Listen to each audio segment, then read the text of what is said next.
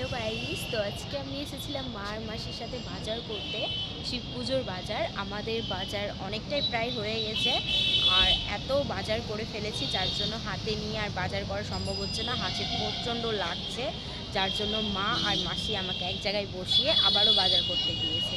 তো আমাদের বাজার এখানে দেখতেই পাচ্ছ, জিনিস নেওয়া কমপ্লিট। ও পাশে ফল আছে, আরও অনেক জিনিস নেওয়ার আছে, শাড়ি, জামা কাপড়। এখন মেশো আসবে টোটো নিয়ে, আর আমি টোটোতে উঠে পড়ব।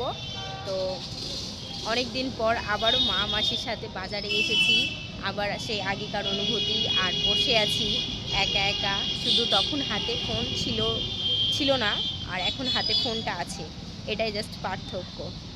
আর তোমরা অবশ্যই বলবে এই জায়গাটা কোন জায়গা, ঠিক আছে? তো এই আজকের দিনের ব্লগটা খুব তাড়াতাড়ি দুটো ব্লগ পরপর শিব পূজা নিয়ে আসছে। আর তার সাথে তো শিব পুজোর ব্লগ আছে, আমাদের বাড়িতেও শিব পুজো হয়, তার সাথে মশানকালীও পুজো হয়। আর আমার মাসির বাড়ি মানে রিয়াদের বাড়িতে শুধু শিব পার্বতী পুজো হয়। তো তোমাদেরকে এই ব্লগগুলো অবশ্যই দেখাবো।